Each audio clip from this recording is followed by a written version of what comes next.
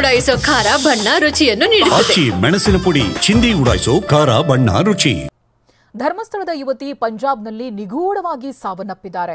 Aerospace ಉದ್ಯೋಗಿ Akanksha Nair ಸಾವನ್ನಪ್ಪಿರೋದು. College certificate ಪಡೆಯೋದಕ್ಕೆ ಅಂತ ಹೋಗಿರ್ತಾರೆ ಆಕಾಂಕ್ಷಾ. ಪಂಜಾಬ್ನ LCU ಪಗ್ವಾಡ ಕಾಲೇಜ್ನಲ್ಲಿ ವ್ಯಾಸಂಗ ಮಾಡ್ತಿರ್ತಾರೆ.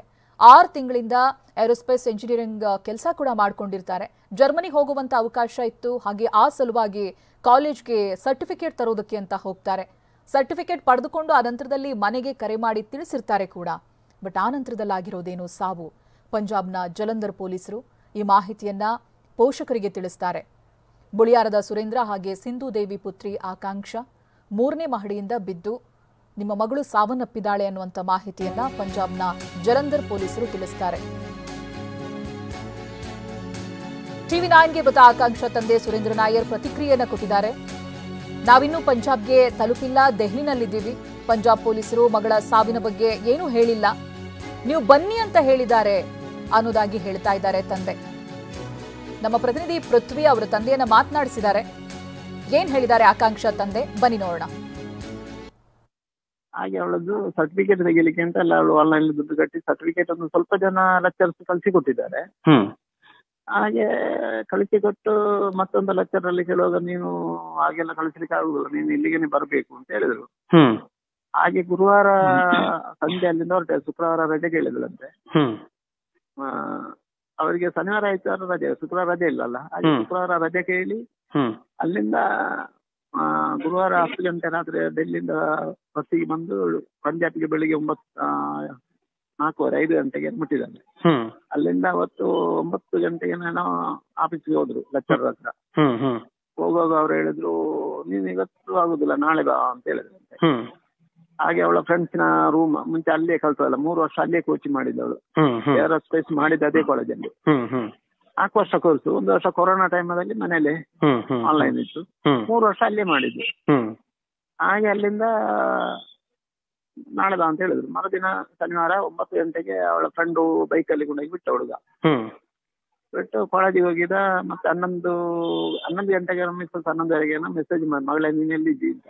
ಆಮೇಲೆ ನಾನು ಕಾಲೇಜಲ್ಲಿ ಲೆಕ್ಚರ್ ಹತ್ರ ಇದ್ದೇನೆ ಅಂತ ಮೆಸೇಜ್ ಮಾಡಿದ್ರು. ಆಗ ಕೇಳಿದ್ರು, ಮಗಳ ನಿಂಗೆ ದುಡ್ಡೇನಾರು ಇದ್ರೆ ಹೇಳು, ಇಲ್ಲ ನನಗೆ ಪಪ್ಪ ದುಡ್ಡು ಹಾಕಿದಾರೆ ಅಂತ ಹೇಳಿದ್ರು.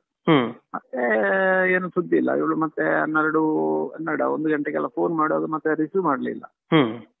ಮತ್ತೆ 4:30ಗೆ ನಮಗೆ ಪಂಜಾಬಿಂದ ಪೊಲೀಸ್ನವರು ಫೋನ್ ಬಂತು. ಆಗ ಅದಕ್ಕೆ ಇವಳು ಹೇಳಿದ್ರು, ನೀವು ಯಾರಿಗೆ ಡೋಂಗಿ ಮಾಡುದು, ಹಾಗೆಲ್ಲ ಇಲ್ಲ, ಕೆಲವೆಲ್ಲ ಫೇಕ್ ಮಾಡ್ತಾರಲ್ಲ ದುಡ್ಡಿಗೋಸ್ಕರ. ಇಲ್ಲ ನಾವು ಸ್ಟೇಷನ್ ಇಂದ ಅಂತ ಹೇಳಿದ್ರು. ಹೀಗೆ ಆಗಿದೆ, ಮಗಳು ಡೆತ್ ಆಗಿದ್ದಾರೆ. ಬಟ್ ಅವ್ರ ಫ್ರೆಂಡ್ಸ್ ಯಾರನ್ನು ನೀವು ಕಾಂಟ್ಯಾಕ್ಟ್ ಮಾಡ್ಲಿಲ್ವಾ ಅಲ್ಲಿ? ಫ್ರೆಂಡ್ಸಿನವರು 1-2-3 ಜನ ಮಕ್ಕಳು ಫೋನ್ ಮಾಡಿದ್ರು ನಮಗೆ. ಅವರು ಹೇಳ್ತಾರೆ ಅವಳ ಹಾಗೆ ಮಾಡ್ಲಿಕ್ಕಿಲ್ಲ, ನಮ್ಮ ಕಾಲೇಜಲ್ಲಿ ಇಂಥದ್ದು ಕೆಲವು ಘಟನೆಗಳು ಆಗಿದೆ, ನಮಗೆ ಗೊತ್ತುಂಟು ಅಂತ ಹೇಳಿದ್ರು. ಎಲ್ಲಿ ಕಾಲೇಜಿಂದನೇ ಅಲ್ಲೇ ಮೇಲಿಂದ ಬಿದ್ದಿರೋದಾ? ಕಾಲೇಜಲ್ಲಿ. Okay okay okay. ಕಾಲೇಜಲ್ಲಿ